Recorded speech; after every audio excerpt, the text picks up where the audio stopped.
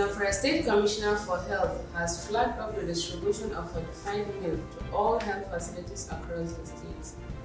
President Labaran Ztv Na has assured the new president of Ghana of the Nigerian government support to his administration. Director General National Youth Service Co. has assured co-members that they will start receiving 77,000 naira minimum wage.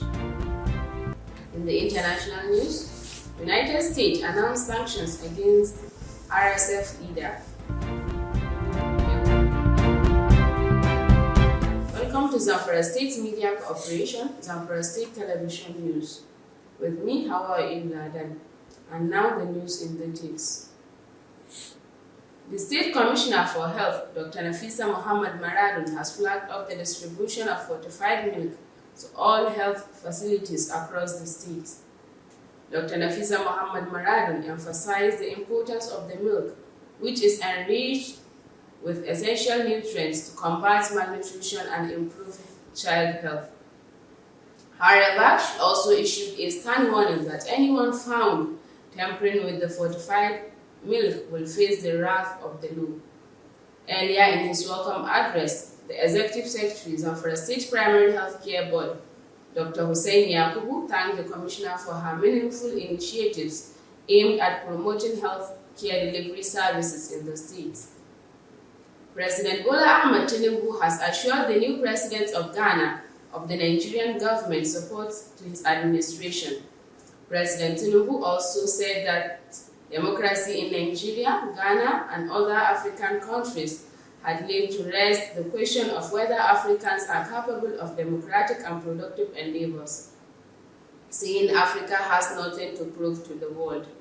Addressing the gathering, President Tinubu said the inauguration did not only symbolize another milestone in the evolution of Ghanaian democratic society, it lays to bed the question of whether Ghana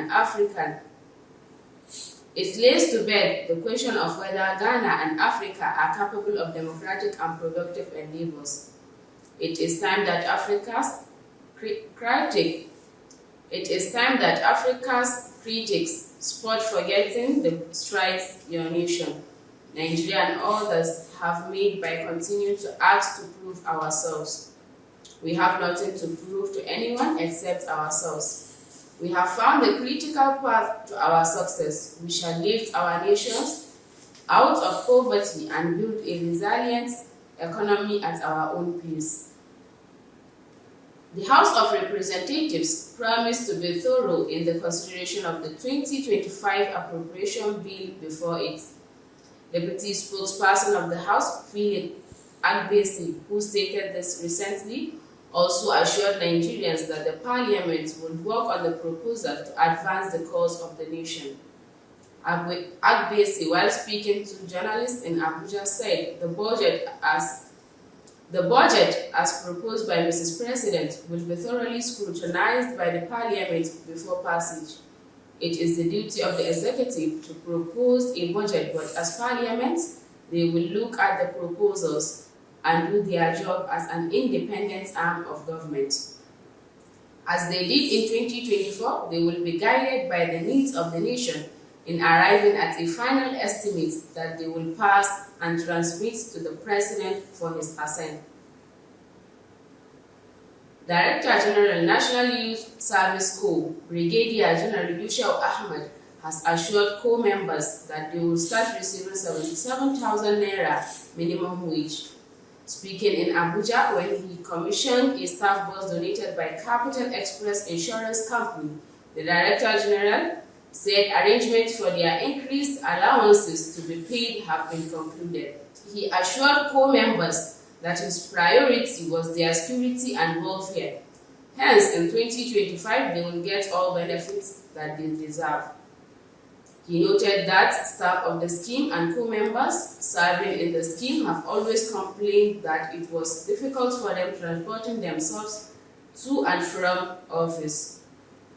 In the international news, the United States determined that members of Sudan Rapid Support Forces had committed genocide and imposed sanctions on the paramilitary group's leaders. Secretary of the State Antony Blinken, said the determination was based on information about the RSF's systematic murder of men and boys and the target rape of women and girls from certain ethnic groups. Blinken said announcing sanctions against RSF leader Muhammad Hamdan Daglo, known as Hamidti, for his role in systematic atrocities committed against the Sudanese people. In the business news, the Bank of Industry, which is Nigeria's foremost traditional development finance institution, has over the years been in the forefront of providing adequate financing need required to drive lending to the micro, small and medium enterprises in the country. As part of efforts to fulfill its mandate, BOI has gone beyond the shores of Nigeria to the international community to boost its funding capacity for small, medium, and large enterprises. The sectors that are topmost beneficiaries of the BOI's lending include manufacturing, agriculture, and technology, which are seen as the key drivers of the economy. Initially, the bank in 2017 commenced raising funds on the international market with a $750 million Afrexim loan. It subsequently raised $5 billion from the international capital markets through Eurobonds, loan syndications, and green finance instruments. The Zamfara State Commissioner for Health has flagged up the distribution of fortified milk to all health facilities across the state. President Bola Ahmed Tinubu has assured the new president of Ghana of the Nigerian government's support to his administration. Director General, National Youth Service Co. has assured co-members that they will start receiving 77,000 naira minimum wage. In the international news, United States announced sanctions against RSF leader. State Media Corporation, Zamfara State Television. Me, Hawa Iladan, I'm saying goodbye.